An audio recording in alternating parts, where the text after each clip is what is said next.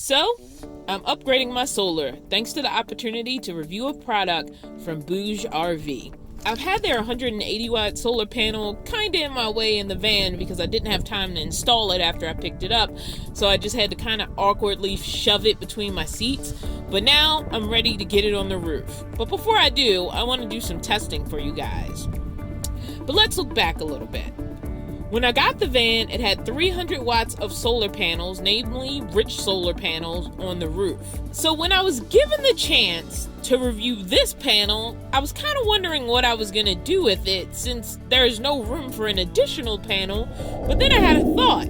What if I removed one of my 100 watt panels, replaced it with this 180 watt panel, and bring my total solar up to 380 watts? But that would leave me with a 100 watt panel to find a new home for, which I did. So let's take a second to talk about the panel from BougeRV. It's nothing special in the grand scheme of things. It's just a question of if you would want 180 watts and if the dimensions would fit your vehicle. It is not a kit and you don't get any tools, additional cables, or anything else with the panel. But if you are doing something simple, like hooking it up to a jackery, that shouldn't matter, as you would only need one fairly cheap cable to make a connection between the jackery and the panel, namely an MC4 to 8mm cable. By the way, this cable is also generally good for the Max Oak Bluetti power stations and the Goal Zero power stations. So if you just want to get a panel and hook it up to one of these stations, it already comes with the junction box normally and MC4 connectors at the end. So all you have to do is take those cables, plug them into the bridge cable, and plug it into your power station, assuming you won't need other connection and extension cables, but even then, it's pretty simple. For other power stations, you'd have to look up what kind of cable connection you'd have to buy, as all power stations are not created equal when it comes to what connections they use to connect to solar panels. However, if you want to use this panel with a house battery, keep in mind you will need a charge controller and all the associated cables to run from the panel to the charge controller to the battery. Speaking of the jackery, this review gave me a chance to actually test my MC4 to 8mm connector cable that I've had and had no reason to use up to this point. After removing the 100 watt panel from my roof, I proceeded to test it and the new 180 watt panel from BougeRV using the jackery. The jackery is great for testing panels under 200 watts because it will immediately give you a reading of what you're getting. Keep in mind, it takes perfect conditions for most panels to pull their full energy. Most of us will never reach those conditions in the real world. So really what I am checking to see is if I do actually get more power connected to the BougeRV panel than I do when connected to the 100 watt panel. When I hooked up the 100 watt panel to the jackery, it pulled about 70 watts while the panel was positioned at the front end of my vehicle. When I hooked the 180 watt panel up to the jackery, it pulled about 124 watts while positioned at the front of my vehicle. So the panel proved it could do what it's advertised to do, which is pull more than a 100 watt panel. Happy with the results of the testing, I was satisfied enough to throw it on the roof, upgrading my potential solar by 80 watts. So the question is it worth buying?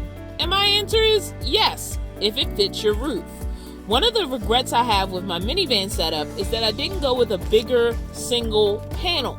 Multiple panels can be a pain to configure on a minivan or smaller setup, so if you can just get one bigger panel that fills the roof, totally worth it. Size-wise, this panel honestly isn't much wider than my 100 watt panel.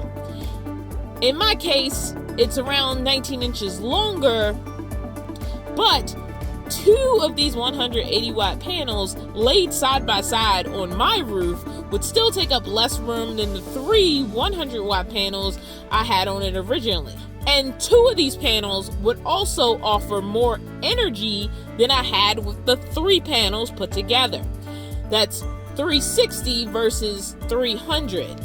And depending on the size and shape of your roof, that could mean you could take up less room on your roof for more potential solar and with less panel connections to be made to reach that benefit. Now, when adding a panel, there are a few things to consider. First, can my current solar controller handle it? Now, we are pretty sure the system can handle the wattage. The question is, will there be any issues adding this panel to a parallel branch connected system where two 100-watt panels from a different company already exist? For multi-panel setups from a different source, you should take a look at the new panel specs and compare them to the old panel specs. My research told me to look at the maximum power voltage, the VPM, of both panels, both of which are in the 18-volt category in my case. So I'm thinking I should be okay, and I proceeded to install the 180-watt panel where the 100-watt panel had been. So in general, the build quality of this panel is as good as any other hard panel I've owned, and the price is pretty good for 180 watts. But guess what? I have a 20% discount code, so you're really getting a steal on 180 watts solar by using my code. On top of that, BougeRV is offering all of the friends of the DawnofVanlife a 20% discount on anything on the BougeRV website. So if you know of any nomads you might have neglected to get a gift for this Christmas, or you straight up don't know what to buy, you could get a great discount on a great gift such as the Jackery Explorer bags and almost anything you need to complete your solar system setup with this panel. Such as a neat little packet of crimping tools, not much different from the one I have in my van. So guys, that's it. I've upgraded my solar system. Thank you to BougeRV, both for providing this panel to me and providing those discount codes for you guys. Alright friends, it's that time again to remind you that I am at the mercy of the YouTube algorithm. And what the YouTube algorithm likes to see is that you like the video. That's it. Just hit that little thumbs up. Or if you hate it, I guess you can hit the thumbs down. It's fine.